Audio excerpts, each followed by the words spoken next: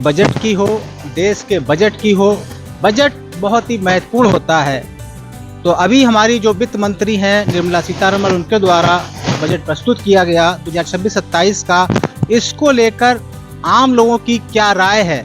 यूँ तो Bharat world economy में चौथी सबसे बड़ी अर्थव्यवस्था है, $700 बिलियन का उनके पास विदेशी मुद्रा भंडार है, 4 बिलियन ट्रिलियन इकोनॉमी है।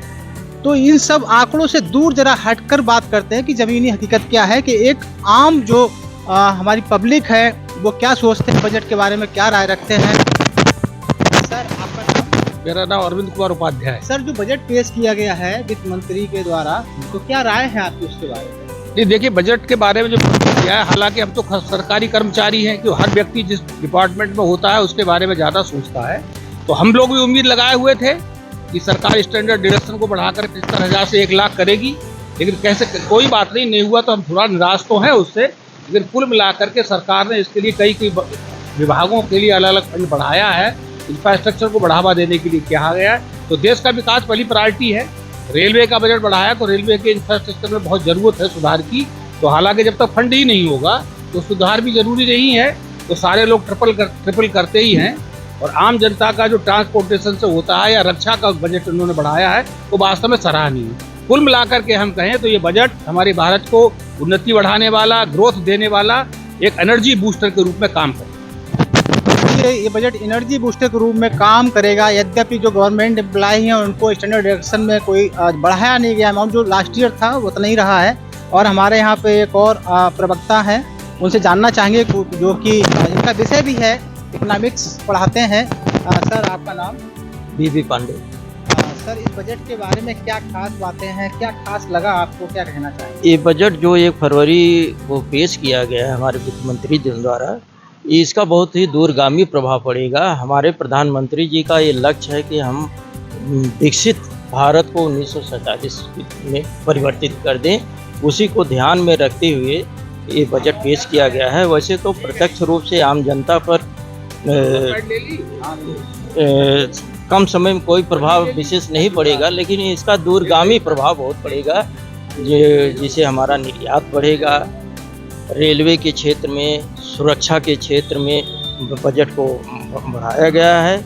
इसलिए ये बजट एक समावेशी प्रकार का है जो हमारे देश को विकसित राष्ट्रों की श्रेणी में लाए।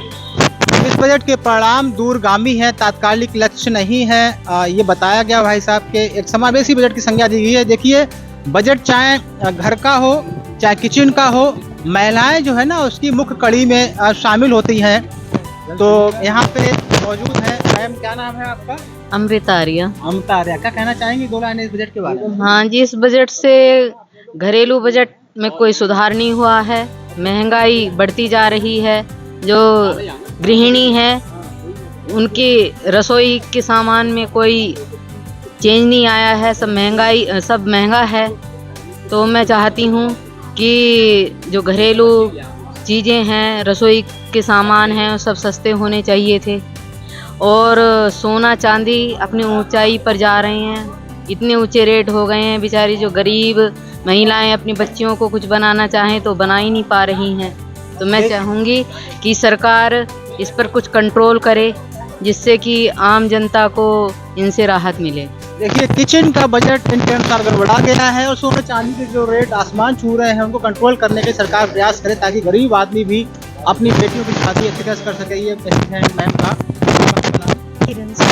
क्या कहना बजट के लिए मैं तो यही कहना चाहूँगी, जो मैम ने कहा कि मतलब आज के जो है गरीब व्यक्ति भी अपने बच्चों को कुछ गोल्ड का देने में सक्षम नहीं हो पा रहा है। सरकार को चाहिए कि इस पे मतलब कुछ कम लगाए और सभी मतलब कर सके। जी जी, मैम का संदेश है कि भाई गवर्नमेंट को प्रयास करने चाहिए कि गोल्ड और सिल्वर के रेट जो है किसी तरह से कंट्रोल करे, उसके लिए कुछ उपाय करने चाहिए। और यहाँ पे और सर मौजूद हैं। मेरा नाम सर्वेश कुमार शाक्य है। हाँ, क्या कहना चाहेंगे इस बजट के बारे में? बजट के बारे में कुछ खास बातें इस प्रकार हैं कि पहली खास बात कि इनकम टैक्स के स्लैब में कोई बदलाव नहीं किया गया है और पिछले साल के स्लैब के अनुसार ही इनकम टैक्स दिया जाएगा।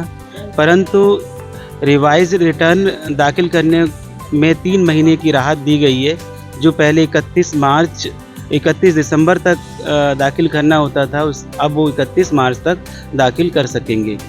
और बजट में नारियल के उत्पादन में बढ़ावा देने के लिए काफ़ी प्रयास किया गया है और इसके लिए कोकोनट प्रमोशन स्कीम बनाई गई है। कई महत्वपूर्ण दवाओं से कस्टम ड्यूटी हटाई गई है। बजट में किसानों की आमदनी बढ़ाने को बढ़ावा दिया गया है, जोर दिया गया है।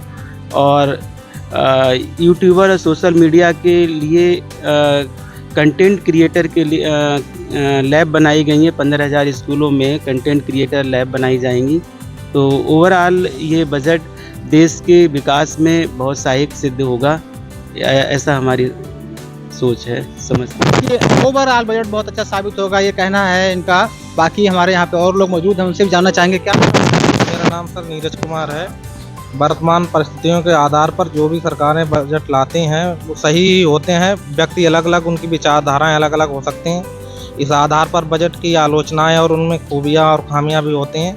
मेरे हिसाब से जो भी है सही है बजट। अच्छा, आपको क्या नाम है आपका? मनोज कुमार वर्मा। क्या कहना चाहेंगे बजट के बारे में? सभी लोगों ने जो राय रखी है सब पॉजिटिव रखी है और हमारा भी राय पॉजिटिव ही। जो सरकार लेके चल रही है जिस दिशा को और जो विकास को आगे बढ़ाने की बात हो रही है वो दिख भी रहा है और भविष्य में और भी दिखेगा।